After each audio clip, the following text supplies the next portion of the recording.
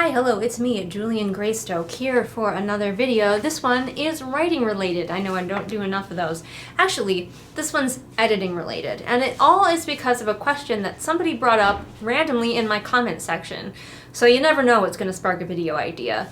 Now, many of you probably know that I have been a freelance developmental editor for close to a year, and it's been going really well, thanks for asking. And I have a whole video up already kind of showing you what I do and how I work as a developmental editor. Links in the cards and probably in the doobly-doo as well, if you want to see me take apart a story written by ChatGPT. But the other day, somebody commented on one of my videos saying something like, I understand the idea of developmental editors, but if I have someone make changes to my book, then it's not really my book anymore. Like, I hesitate to hire a developmental editor because I want it to say my book, and I don't want someone else to change it. Like, how does that work? And that made me realize that that might be a misconception that a lot of people have about developmental editing, that somebody comes in and forces you to change things in your book.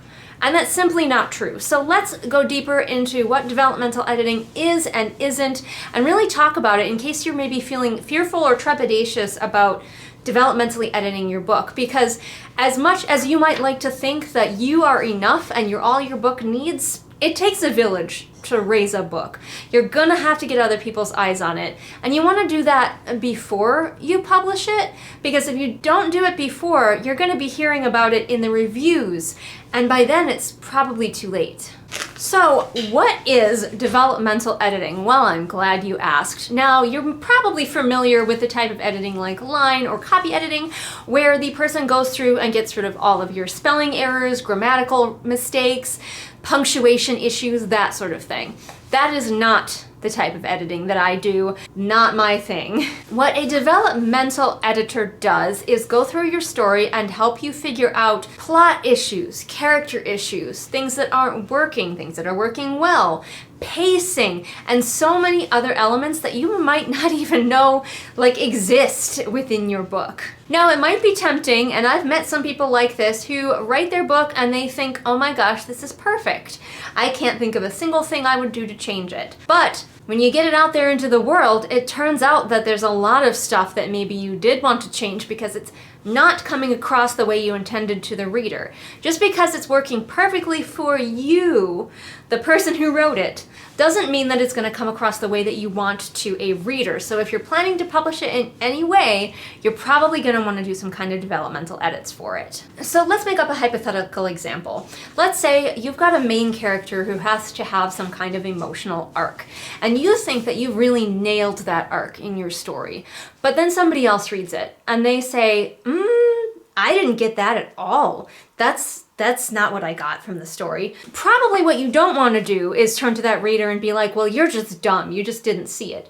Instead, you probably want to tweak the story so that it gets across what you want. Being developmentally edited is not about being told how horrible you are as an author. It's about being told, I see what you're trying to create. It's not, I'm gonna take your story and turn it into something that you didn't want.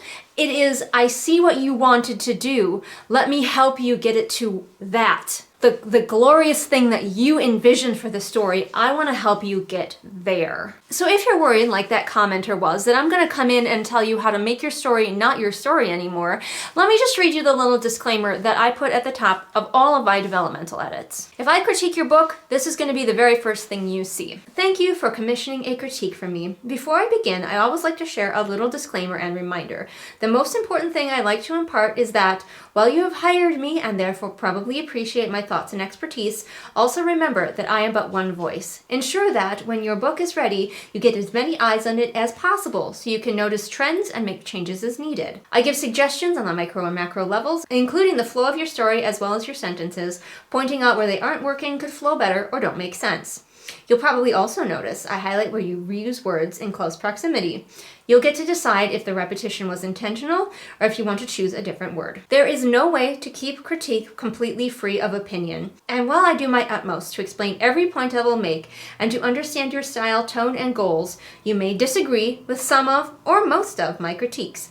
That is totally allowed. All you have to do is consider my critique and decide whether it makes your book stronger. If it sparks something, or if it is a critique you hear often, it might be time to make a change. I may ask questions which are answered later in the book. In those moments, consider if the question is answered later, if you want to answer it sooner, or if the answer to the question matters at all. I may also point out things or ideas that come out of left field, completely miss the point of your book, or go against your intention or style. Unless those moments spark something in you, remember first and foremost, this is your book. You get to make every decision for it. That's my disclaimer. And that's what you should understand going forward with a developmental edit. I'm going to suggest things and do my best to help you make your book better, but if I suggest something that doesn't work, you don't have to implement it. That's the great thing. But let's talk a little bit more about like the different types of developmental editing and how to like prepare yourself and react to the critiques when you get them. Whether you hire someone like me or whether you go with beta readers or a combination thereof, which is what I most suggest. So there are basically two different types of developmental edits that I do and other developmental editors do. I do both what I would call a line-by-line, very thorough edit where I'm going through, like I said in my disclaimer, and I notice things on a sentence level as well as on a macro level. But not every developmental editor does that. Many of them read through the book and then give you what is called a developmental letter at the end, which is a letter usually consisting of 2 or more pages, explaining things that they notice, things they think you are doing well, things that aren't working, overall for your book. And I can do that type of thing too, and it is cheaper because it is less time consuming for me.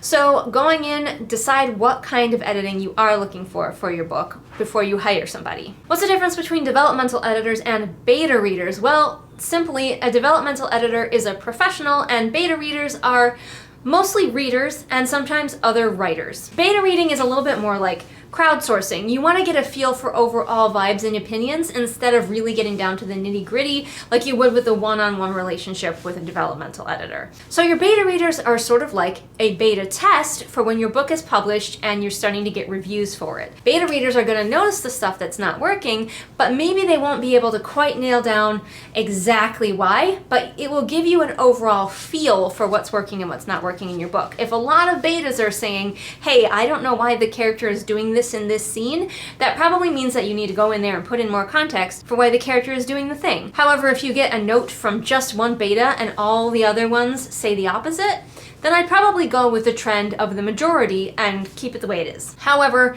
again, there's always outliers, and if a beta reader sparks something, like even if only one beta says it, but when you read their note, you're like, oh my gosh, I love that, then you might want to make a change still. And developmental editors, like I said, are more professionals, and we have more of a system and a style and everything that is a lot more in-depth and nuanced than what your average beta reader can do. Which is why I feel that both are important to your story. I kind of want to get both sides of it, sort of like public opinion and then like a professional opinion, if you ask me. I am not the god of writing though, so ultimately, as I have said many times, it's your book and you get to make every decision for it. Now, if you go down into the comments, you might see, or perhaps you are down in the comments writing this right now, hello, hi, I often get comments like this whenever I mention using beta readers or even having someone else look at your work. Inevitably, someone will comment, well, here's a time when people gave their opinion and the artist changed the art and it was worse. Like usually it will be movies or TV examples where a focus group said one thing and it was the wrong choice for the movie. And yes, that does happen, and that can happen, but that is the exception, not the rule. People aren't going to talk about all of the times that the focus groups or the critique partners or the developmental editor gave advice and it worked out perfectly, because it worked out perfectly. And that is far more often what happens. Like, let's talk about video games. When you have beta testers playing your video game and they point out, hey, here's a quality of life thing that you could change to make the gaming experience so much better.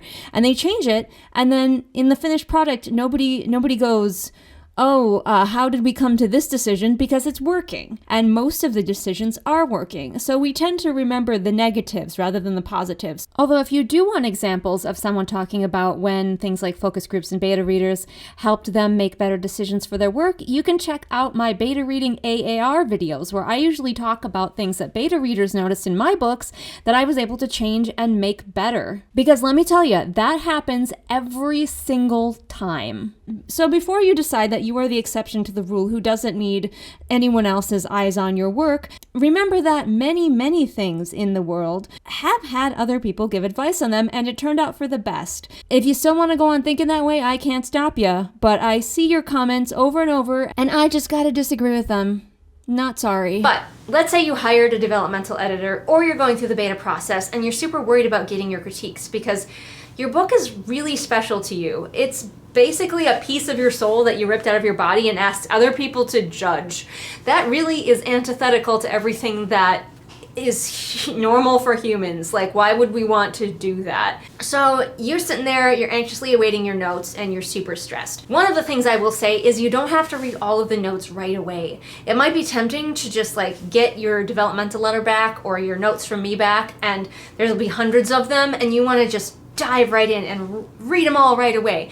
And I feel like that could be really overwhelming and really make you doubt yourself. So I recommend going slowly. Go as slowly as you need to. Have a notebook next to you so you can write down the things that really stick with you, or whatever method works for you, but you don't have to devour them all in like one sitting. Also, and here's a great thing, did you know that you can bitch to your friends about notes you don't agree with? I highly recommend it. Now obviously you don't want to go putting your beta readers or your developmental editor on blast if you didn't like their notes, but if you get to a note that particularly rankles you, you can go to your best friend or your significant other or your sibling or parent or whatever and be like, man, this person totally didn't get me. This is what I was trying to do and they just didn't get it at all. What a dum-dum. It's very cathartic. I highly recommend it.